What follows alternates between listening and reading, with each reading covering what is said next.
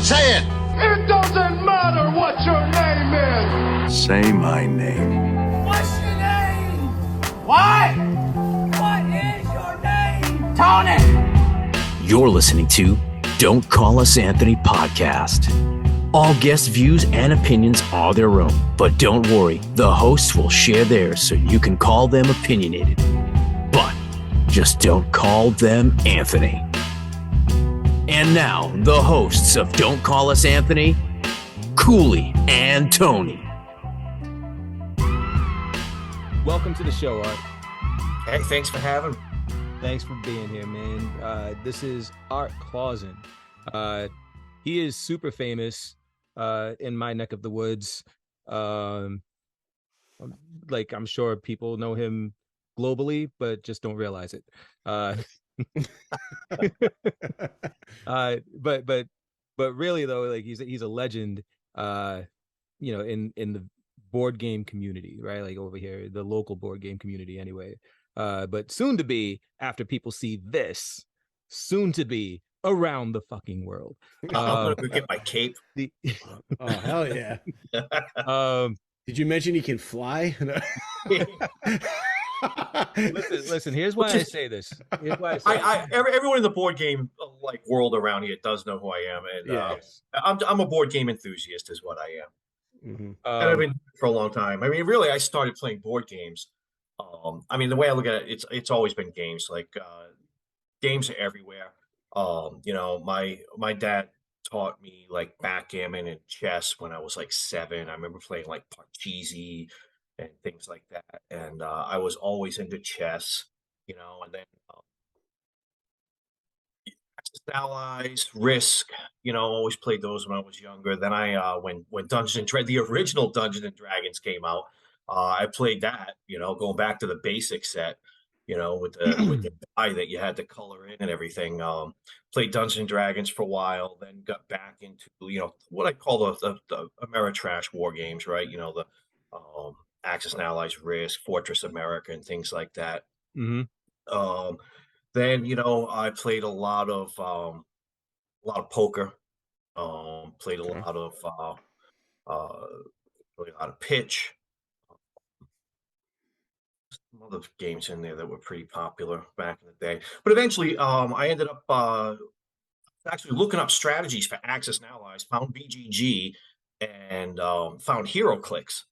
Right, I was looking into games and that's how we met, Anthony. Yeah, is through HeroClix, which I was addicted to for quite a few years. And when I got tired of them pumping out set after set after set with chase figures, the whole collectible thing started to sour on me. And I went back on BGG and I realized that this whole board game hobby had exploded.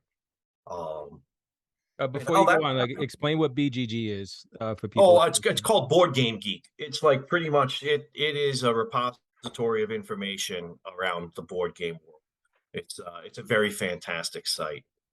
Absolutely. I mean, anything you need to find, you'll find it there. Anything you need to know, that's the place to find it. So I realized the whole hobby had exploded, and I started delving into it. And this was 2010, I want to say. I've been playing games my whole life. And it's funny. I'm going to take a little sidetrack here because there's so many people. Board games have such a stigma. Like, people don't think they like them, and the reason is because they grew up playing crappy games, right? They grew up playing Monopoly and Life and games like that. The reality is we love games. People think of it like a children's thing or something, but there's games everywhere, like fantasy football, fantasy baseball, fantasy basketball. Fantasy sports is a game. Game shows, like, people love watching game shows. People enjoy games, and I just don't think they realize it. And I think more people need to open their mind to playing the current games because the designs now are so elegant and so fantastic. A lot of things that you used to deal with, like getting knocked out of a game.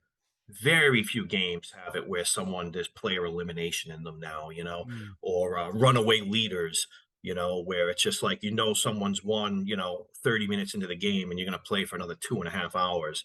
Those type of things don't have anymore. Luck is, roll and move.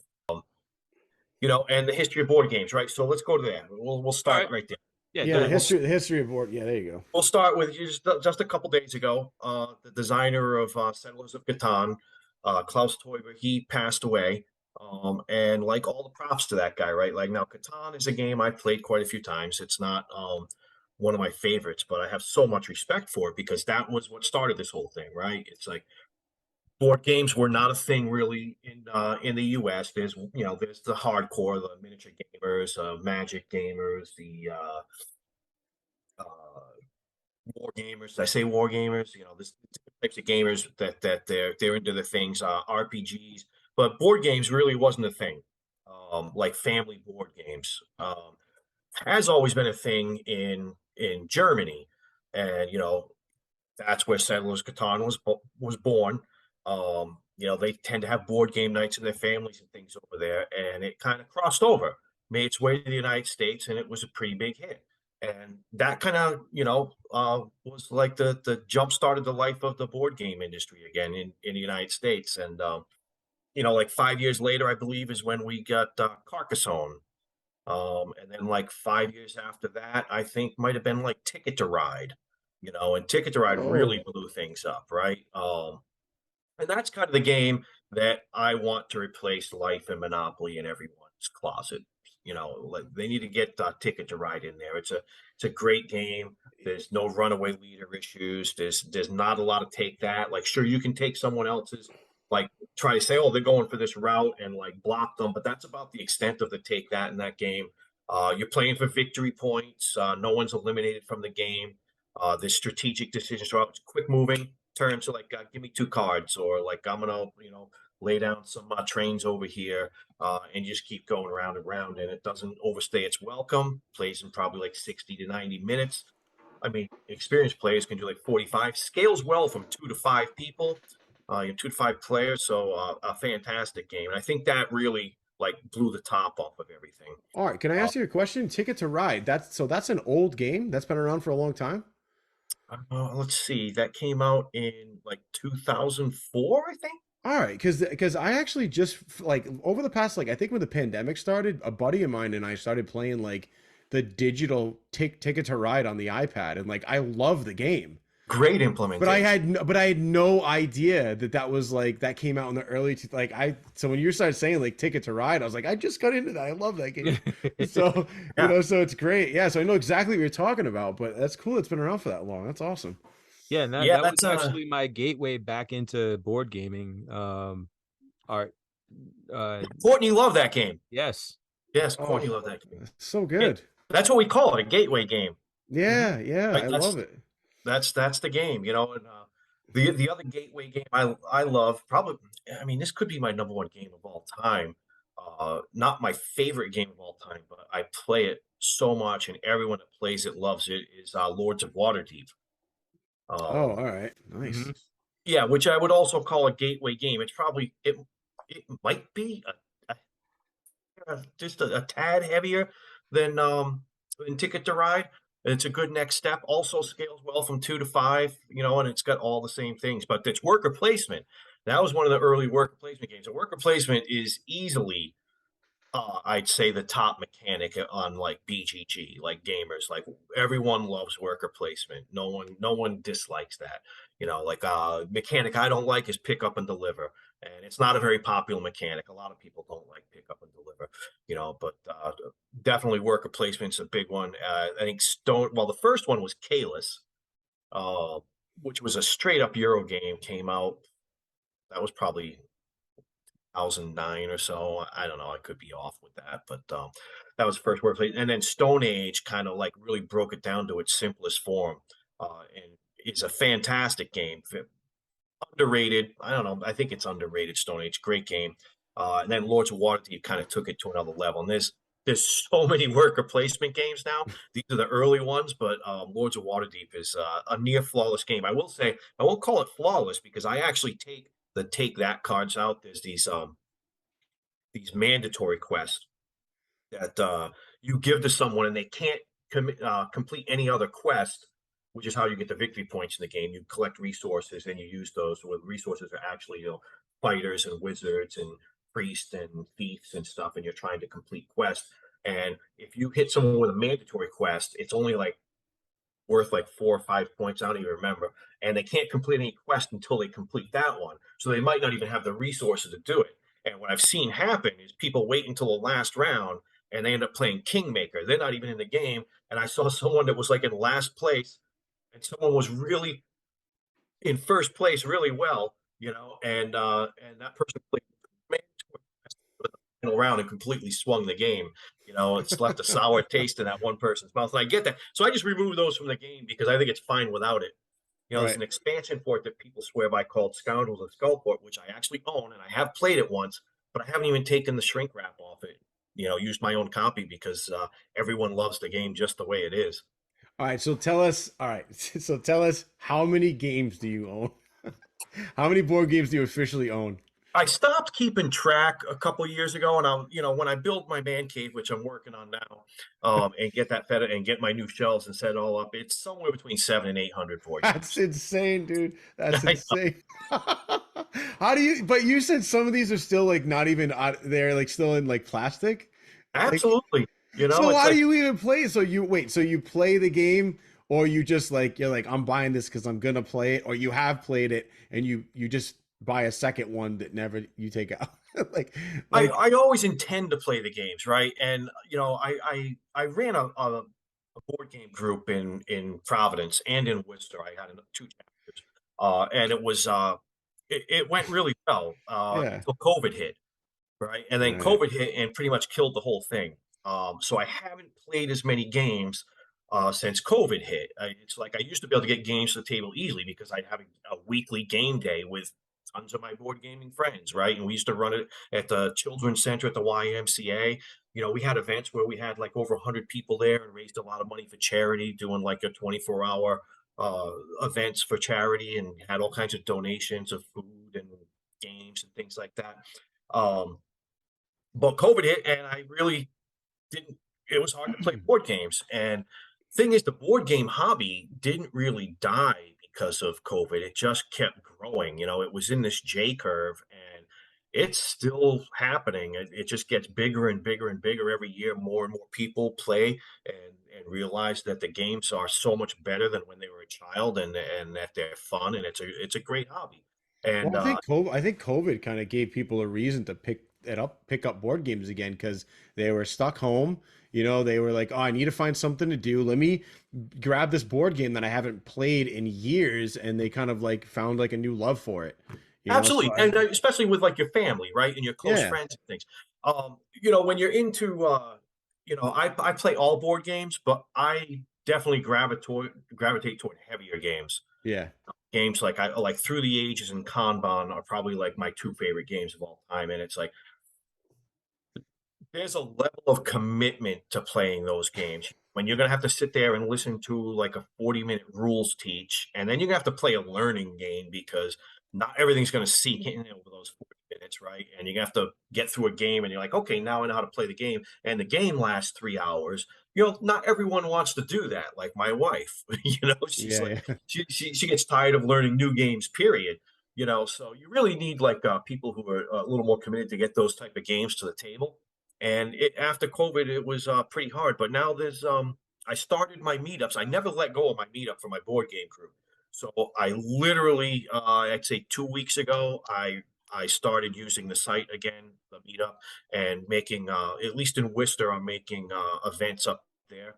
Kind of piggybacking with friends of mine that have like a game, like the one at TJ's that I went to last weekend, Anthony. My friend Matt Thompson, who used to come to my events, like he started that little game day, like the 3rd Thursday of every month at TJ's, third Saturday, of every month. That's the one you sent pictures of? Wait, was that the first Saturday of every month? I'm getting confused. Just so you know, Cooley, he called you Anthony, and the name of the podcast is Don't Call Us Anthony. So you can't do that, man. Come on, man.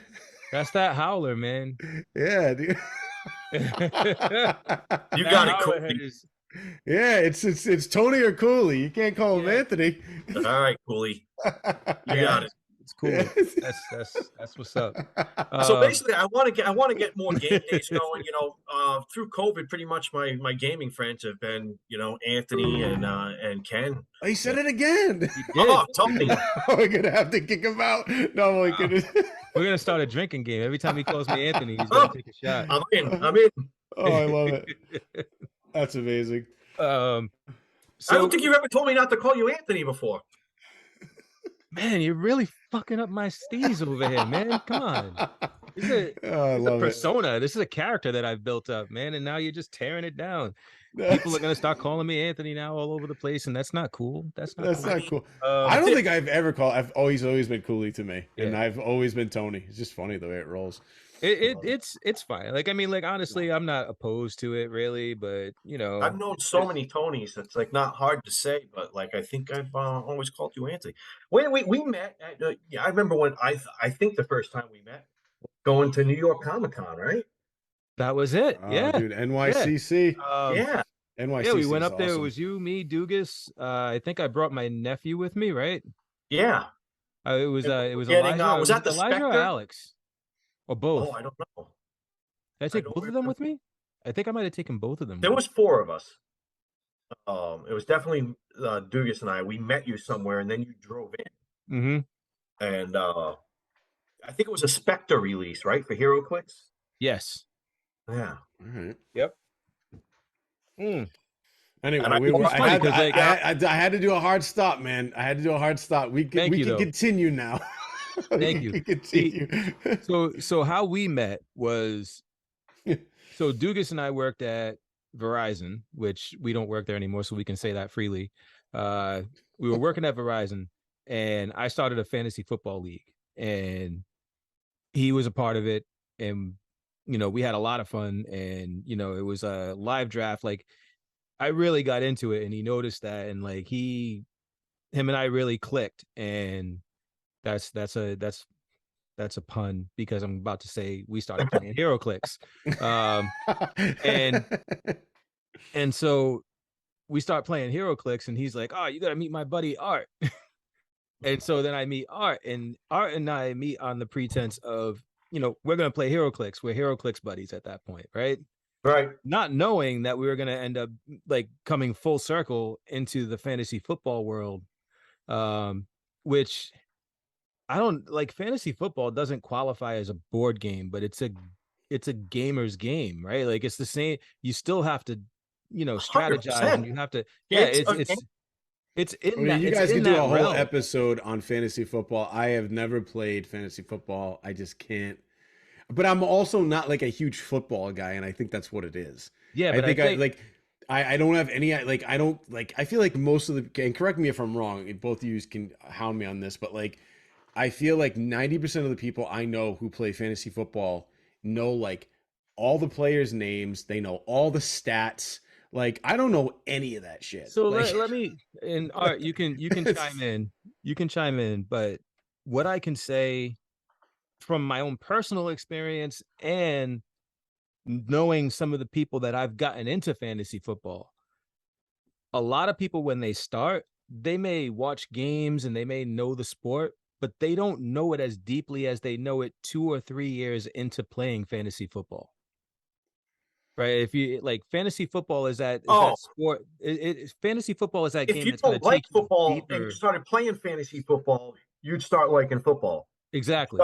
Like, I'm not saying I hate football. Like, I enjoy watching football, and like when I'm really like into like a season of it, like I'm like in it, right? But like fantasy football, like my buddies start talking about like stats, and I'm like, I don't know what the hell. Yeah, but he wasn't playing fantasy. It's not like he knew that stuff, and so he was a good fantasy football. So he learned that stuff because of fantasy football. He learned that stuff because of fantasy football, right? Like, we'll get into this stuff in a couple weeks, but there's a lot. There's a whole episode, a lot of strategy, and I think one of the greatest things about fantasy football is that you can root. You're not just rooting for your team anymore. Yeah, you can watch any game and you're rooting for something, except for any team that Tom Brady's on. So, or the Eagles, right? Here we go. Or the Eagles, yeah. Eagles, yeah. But Tony, every time I say something about somebody, man, like, like I know, like leading up to the point in time where they show that they're actually a douchebag, like you're like, ah, man, here we go. But then they actually show that they're a fucking douchebag, and you're like, oh, they suck. And it's like, yeah, dude, I've been telling you that for fucking No, 8 I years just didn't now. want you to get on a Tom Brady rant. That's all. I think when you say his name, it's the gateway drug. It opens up the floodgates, and all these feelings come up from the past. Back to board games. Yeah, back to board That's games. That's what this episode's about. Sorry, Art. I had to call you out on that. Anyway. All right. No, So I mean it's a game. It's a Yeah. game, and that's people say they don't like games. It's like you play fantasy football, yeah. yeah, And you like You like games. poker, yeah. yeah. You like games. Yeah. Everyone Yeah. likes Yep. games. Yeah, like It's I a good swear, way to like, teach. It's a great way to teach. before you got me Yeah. into Ticket to Ride, like when somebody said, you want to play a board game? Like I always, like, one of my things that I used to say, and I know it's probably not funny, it's a total dad joke from a non-dad, but I always used to say board games are what you play when you want to be bored. Right, like that was my thing. Like it was that's what I always used to say. Then you got me into Ticket to Ride, and now like I can't get enough of this shit. Like you got me fucking buying games that like I literally have like just sitting there in another room because I'm doing so many other things that I can't play them.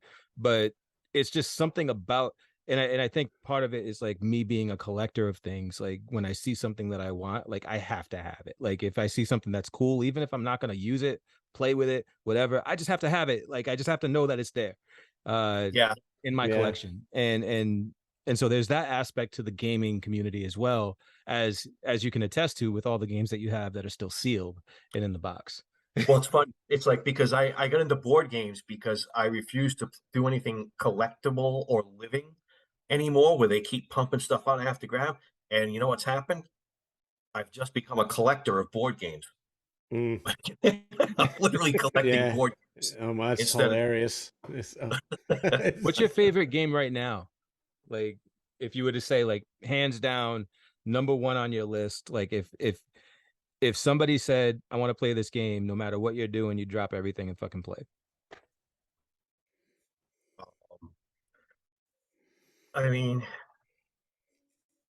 It's a Well, tough question. let's- when you broke- said I 800 broke you. games. actually- I broke you. He's got Well, 800 because, games. like- How can you make him choose, man? because like the Game Lords is of that Water, game? What are you talking about? It's definitely a game I will play anytime, and I can play it with anybody. It's very, very approachable, right? What was the name of it? I think we missed the name. What was it? Lords of Waterdeep. That's the right. worker placement game we were talking about before. It's a Dungeons and Dragons theme, right? But it's kind of pasted on. But if you read the flavor text on the cards, it can be immersive and stuff, right? It makes sense. It's like you're performing this quest and you need these people, and that makes sense. And then this is your reward, and that makes sense. But I did. I was looking on my phone earlier before the podcast here, and I had a list. I started trying to make a top 10 of Yeah. games, and I did this. I don't know. I'm going to guess this was about 3 or 4 years ago, but it's still quite representative of my likes, right? So I'll give them to you here. There's really a 1A and a 1B, but it's Through the Ages, which is a civilization game, very heavy.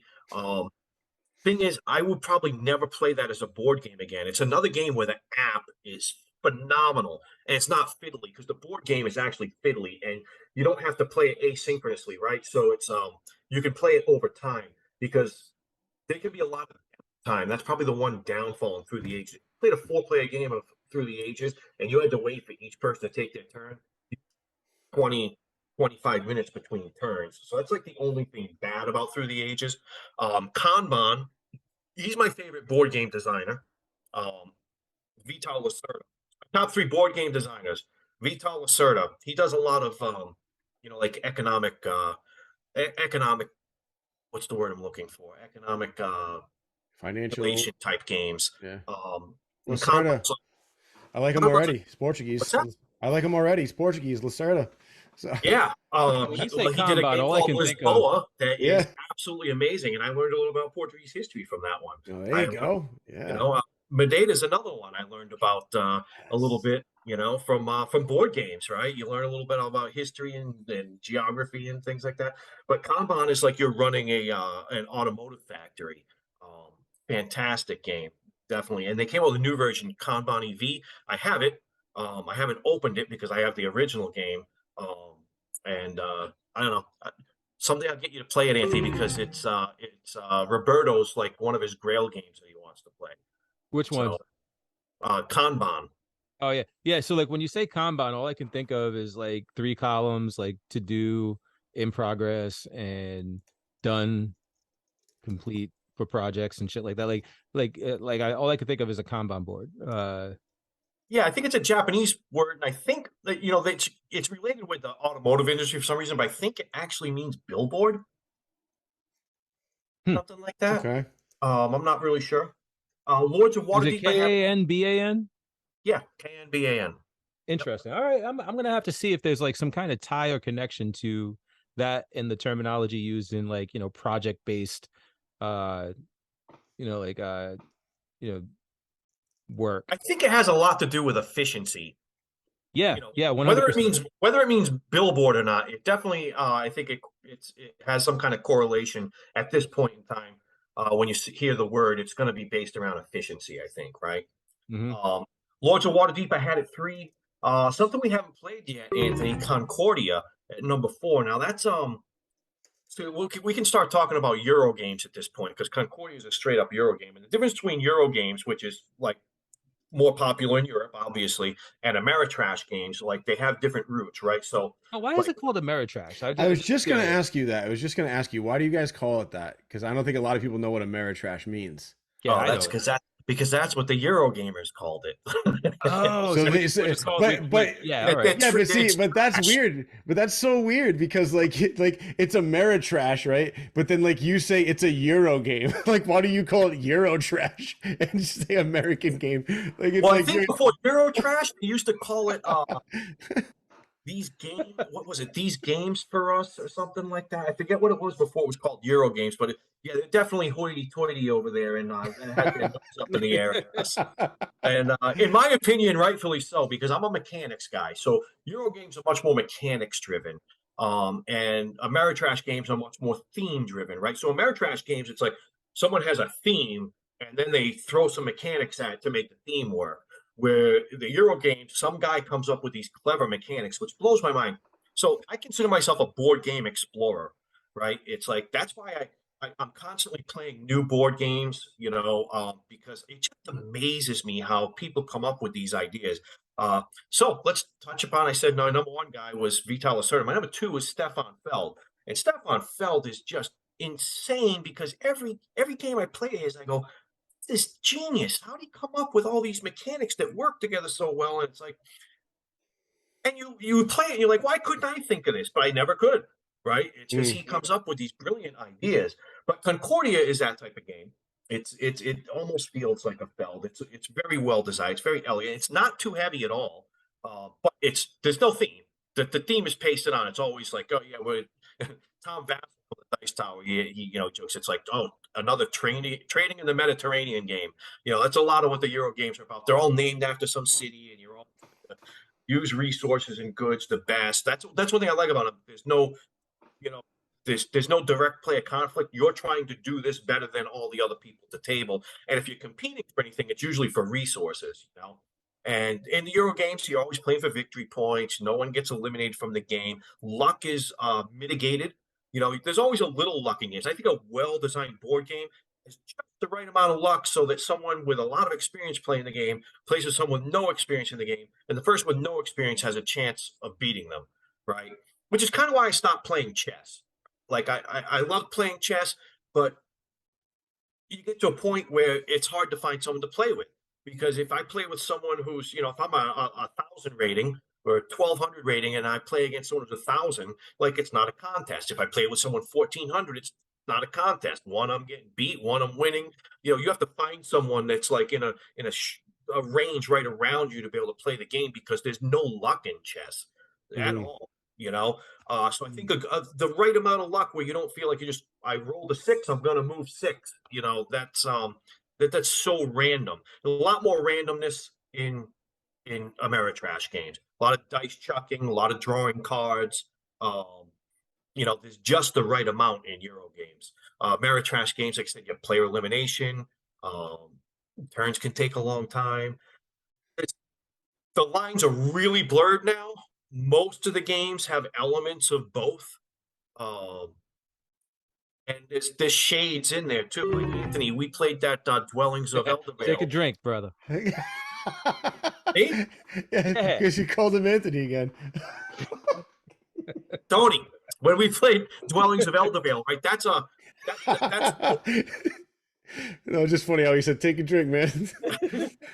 so there's it's kind of what we call dudes on a map, which is a lot of the Ameritrash games, like dudes on a map battling each other. But there was the battles in that game are very they don't ruin you. Like if you go and lose a battle, it's not like you spent an hour building up your forces and it's all good, and then some came in and smashed it, and like now you're still in the game for 2 more hours. Not that type of game. It's got more Euro influences. It's right. Like you go out, you lose a battle. Oh, that hurt a little bit. I get this little bonus because I lost this battle, I was in this war, and I can live to fight another day. And now we'll go out and we'll do it again. Then we played Blood Rage. Right? Blood Rage was cool. I played Blood Rage with you, right? That was the Command Games. We played that at EllisCon. Yes. Yeah. So that game is it's also in the middle, right? It looks like dudes on a map, but it's got some very Euro things to it because a lot of strategy in that game. And the problem I have with that game is this. I don't know how many times I played it. Let's say 6 times I played it. I've never played it with a group of people who's all played it a lot. And every time we played it, there's a runaway leader problem. It's very swingy, right? If you play it a lot, not to let one person get all of X cards or all of Y cards. And I think every time I played it, because none of us are that experienced, someone gets all of X cards and they crush everybody else.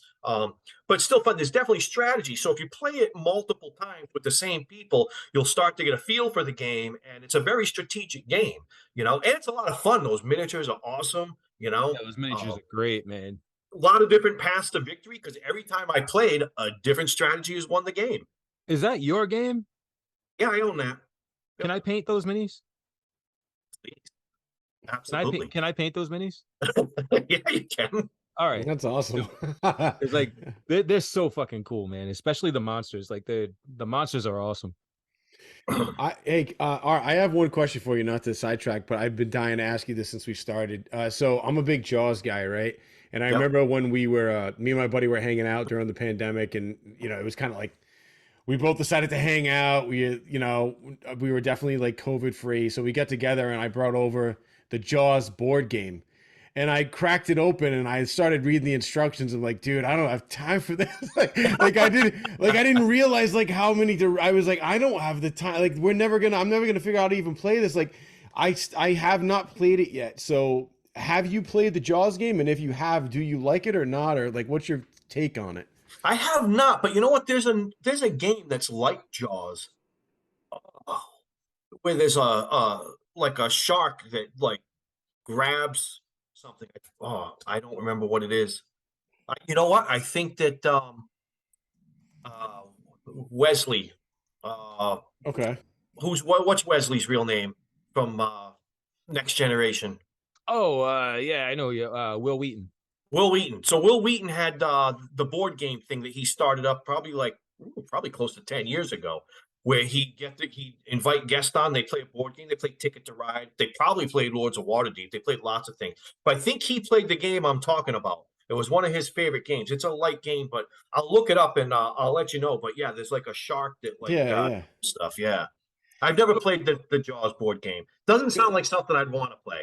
So really? What about it turns you off? Like, what do you like right away? You're like, it doesn't like if it doesn't sound like something you want to play. How about why this? Is that? I'm skeptical that I'll enjoy it.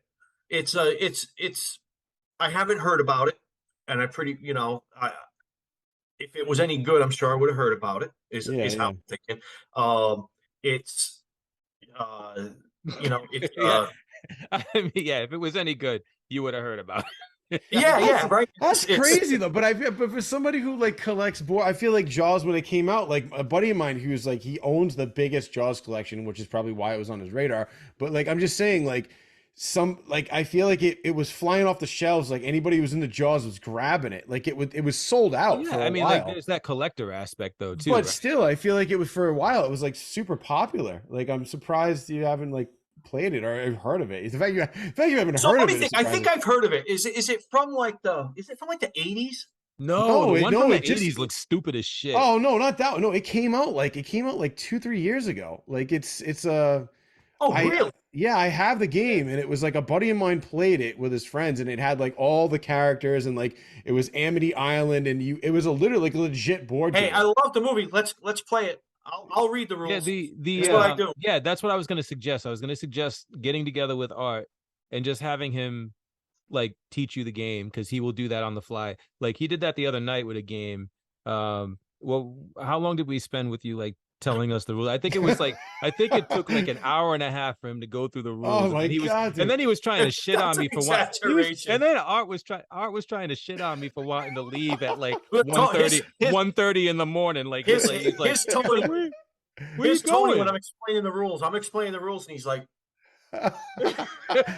Yeah, but that's No, No, that's true. That's true. No. no, that's definitely cool. He just like not paying attention. Yeah, I will definitely own that. That's me.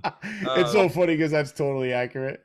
I do that shit on the podcast. Like, I mean, I swear, if anybody listening to this, like, if you go back and you watch the videos, like, you'll see me like fucking doing that, like, during the podcast. Like, that's just me. Like, I can't fucking help it. But There are times when I'm looking over, I'm like, what are you doing, bro?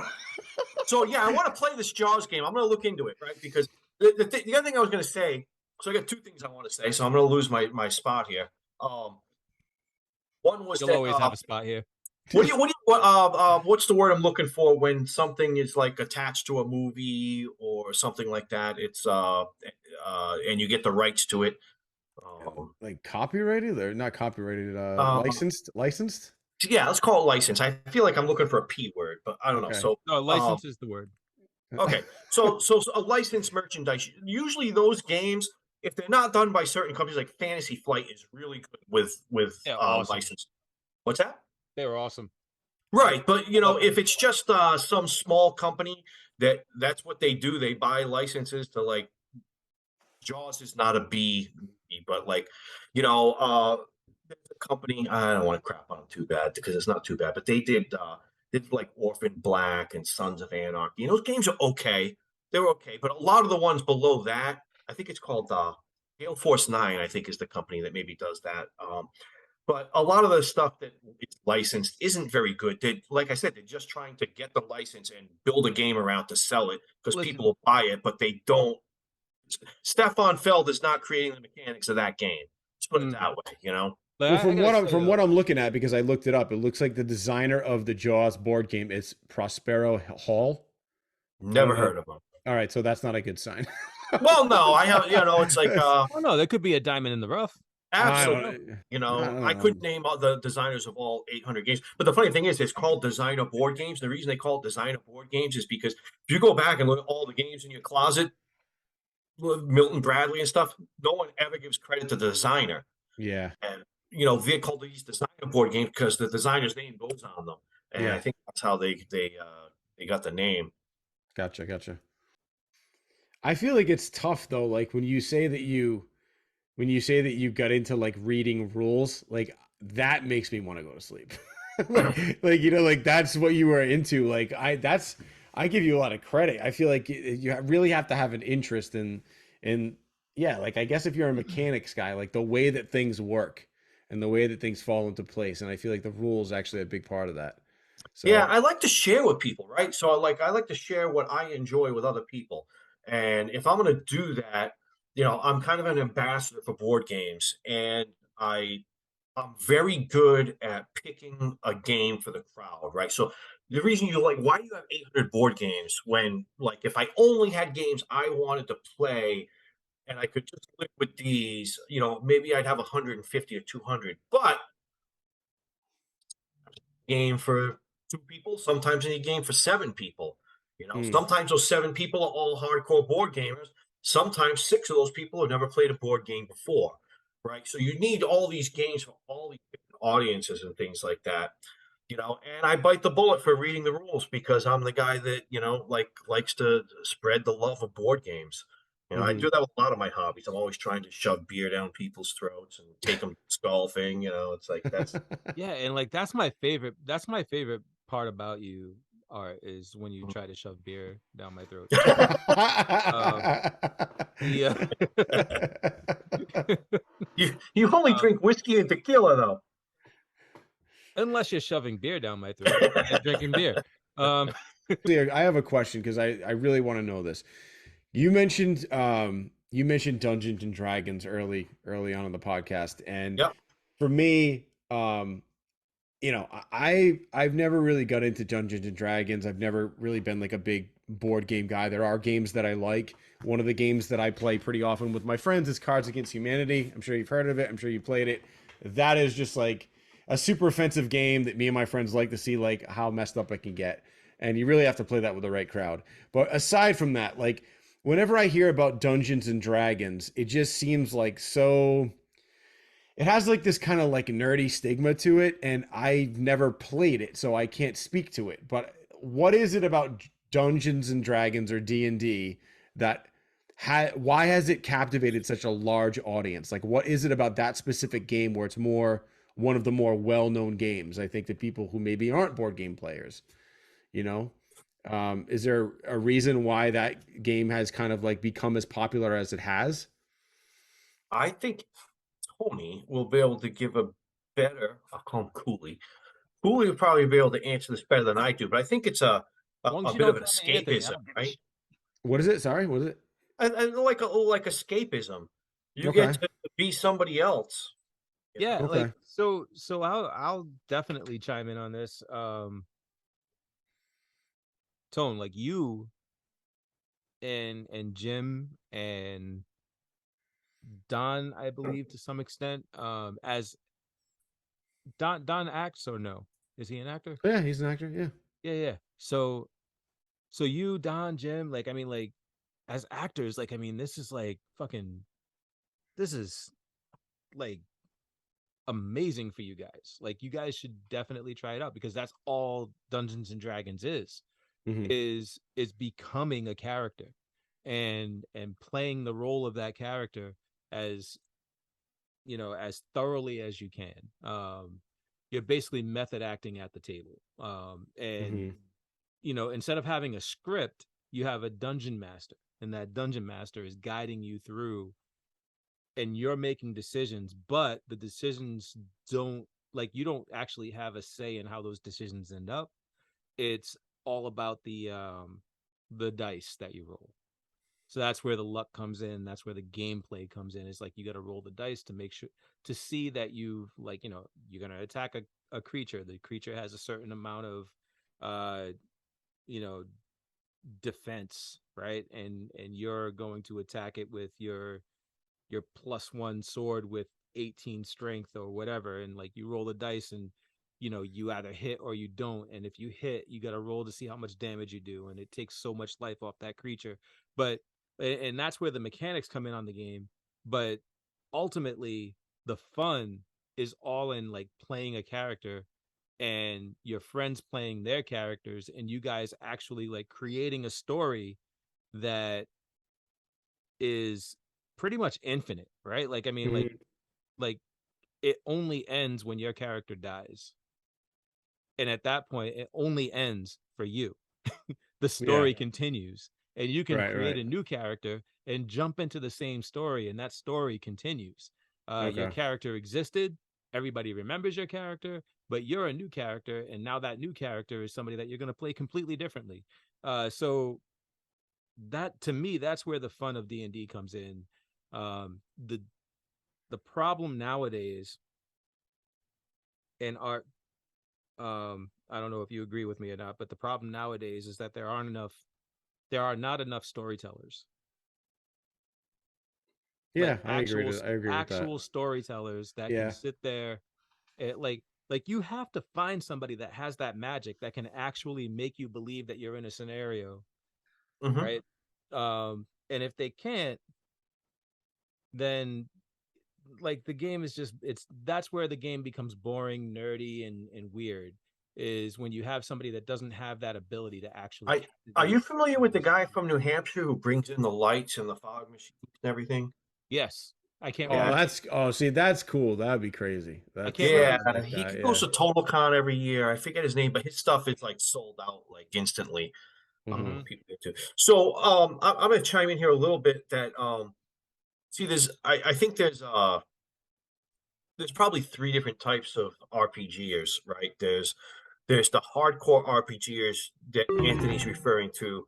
Um, I think it's the heart and soul of the game. It's the way it's supposed to be played, where you're immersing yourself in a character, right? And that's why I said it's like kind of escapism, and you're acting and you're playing something. I mean, you could play something that feels like near and dear to you. Like you could be like like maybe I'm an animal lover and I want to play something like a Beast Master or something like that. Or you could do something totally opposite, and I could, I think I'm a pretty decent human being, but I might want to play some chaotic evil, right? It's like you could do all kinds of different things. Um, I think that, I played with a group when I was younger. Not my first stint, but my second stint. And I'm referring to our common friend Dugas and Adam and Chris and that group. And we played D&D as more hack and slash. It's like just trying to go out and it's like Diablo 2, you're just trying to kill everything that moves and level up type of thing. And I think I was kind of in between. I always wanted to I like the hack and slash part of it. Gives you that endorphin rush, but I also enjoy trying to like be creative with my character and do something different and just enjoy it in that respect. Actually truly, role play a character. So Hmm. I think there's shades of gray there, right? But that makes sense. I mean, I think there definitely has to be levels of the types of like dedication and the type of games that you're drawn to. And I feel like RPGs are like one set of people like to play those types of games, and then there's the other people who like to play like a whole different set. So I really feel like it comes down to like what you're specifically into. Like, Mm. is there like for you, Art, specifically, is there one type of game that you're drawn to specifically, or is it just you just? I mean, I know you like to play all board games, but is there one that you're specifically drawn to? Worker placement, right? I mean, I do love worker Like placement. resource One, games. Yeah. yeah, I like Euro games the most, I think. But no, I'll play anything. I'll Hmm. play just about anything, at least once. At least once, I yeah. think I games I'll never play again. Oh, what was that one? Red. Oh, something like it was a little Red Riding Hood game. That was the worst game I think I've ever played. I don't remember the name of it. Put that out of my memory. Oh my god. What about like shoots and ladders and like Candyland? So, the heavy cardboard guys, I love what they call board gaming. They call it a competition of decision making. I Yeah. don't know if there's any decision making being made in those games, so Yeah, that would yeah. point. Those are like the first board games I think I was ever played as a kid. So I feel like every Yeah, kid has played those at least once. I So yeah. I I, I want to say something about D&D though. Like you mentioned, like Dugas and them, like they invited me to play D&D with you guys, and I was super excited because when I was younger, I played D&D, and like I was telling Tone, it's all about the story and the immersing story, yourself in yeah. the character. For me, it was about the story, and I was so excited to get into a story.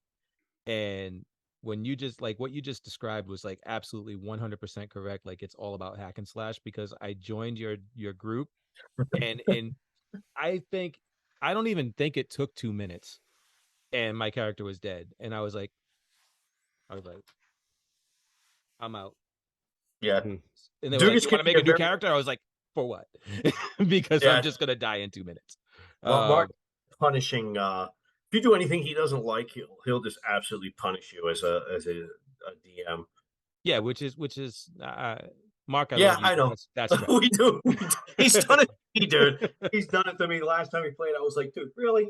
Like, he's like, yep, you're dead. And I'm like, okay. I, I Yeah. I honestly think he just didn't like my character because I actually had like a lot of lucky rolls on that one. And he was just like, "Oh, you think you're tough? I'm gonna kill you in 2 seconds." and that was it. He like introduced me to some, I don't even know if it was a dragon or some weird fucking thing, but it just killed me like immediately. Yeah, Now, see that's what I feel like would be tough though, like with D&D, because it's like you're saying that like you can the story doesn't necessarily stop, right? But you can create a character. Now, let's say the longer your character goes on or survives, the more experience, the more powerful it's going to get. So how can anybody expect to come in with a new character and have any type of timeline when you have somebody that's immediately more powerful than you? well, it's Well, just like no, real life. yeah, In Yeah. real life, right? You could meet up and you could be an aspiring. You know what? It makes me almost think of what was that? What was that western with Morgan Freeman and uh, Eastwood? The Uh, Unforgiven. Right, and there was there was a young kid, right?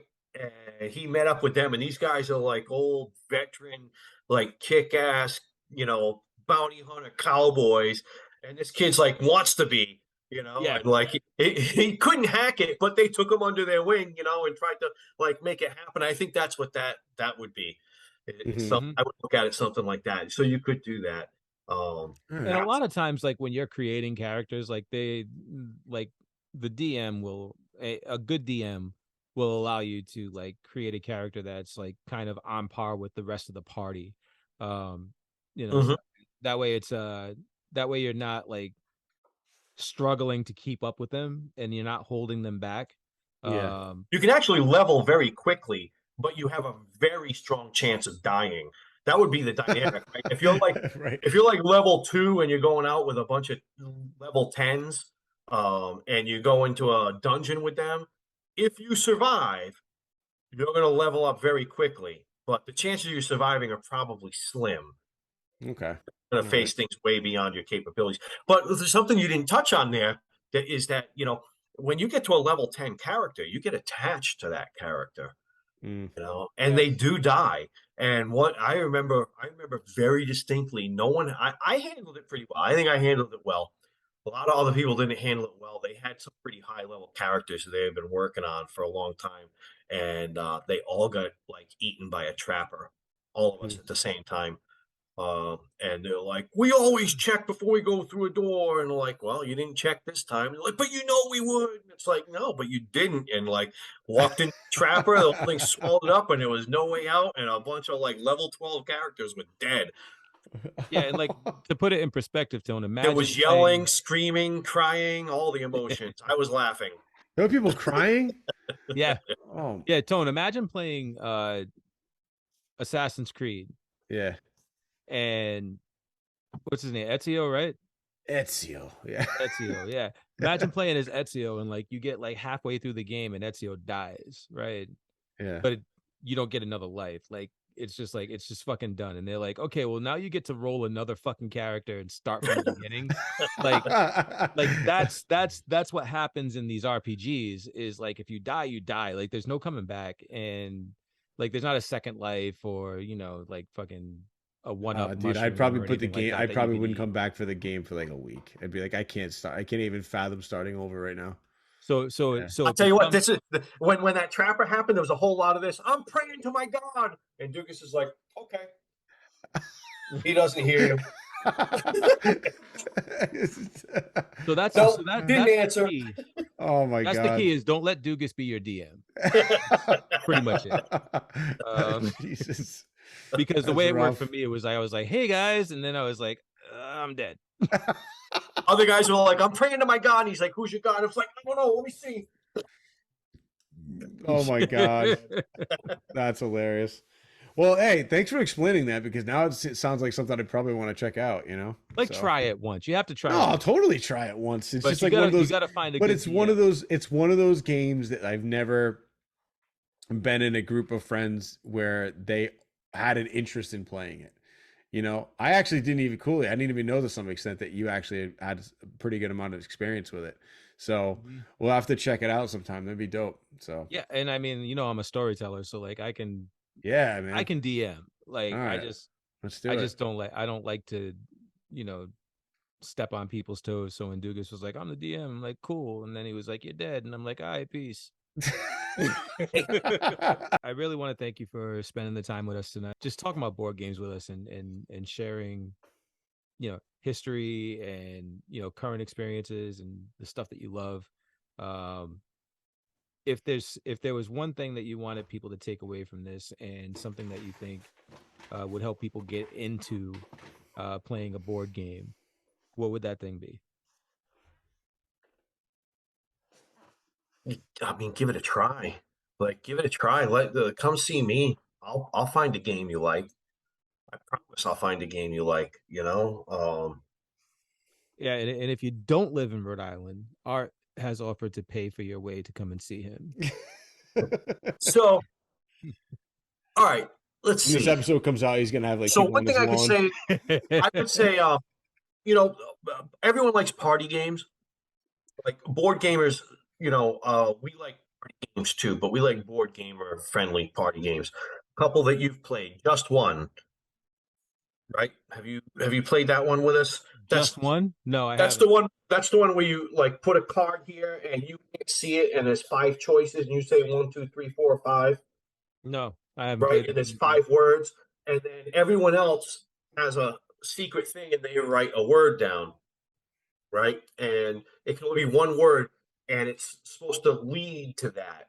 And then everyone checks, and if anyone has the same thing, they go away. That you can only have one of each clue. If there's more than one of each clue, you lose the clue.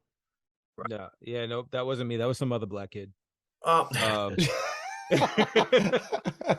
speaking of, okay, let's go. Okay, here's something I want, right? Speaking, black kid. Boys in the Hood. They got a board game. No. Just that it's something that I've been trying to help develop. I've tried to make the board game industry more colorful. Because to be honest with you, it's board gamers in general are pretty progressive in general. Like that's just what I find. I can agree maybe with it's just that. because I'm in New England, but it seems like a very progressive group.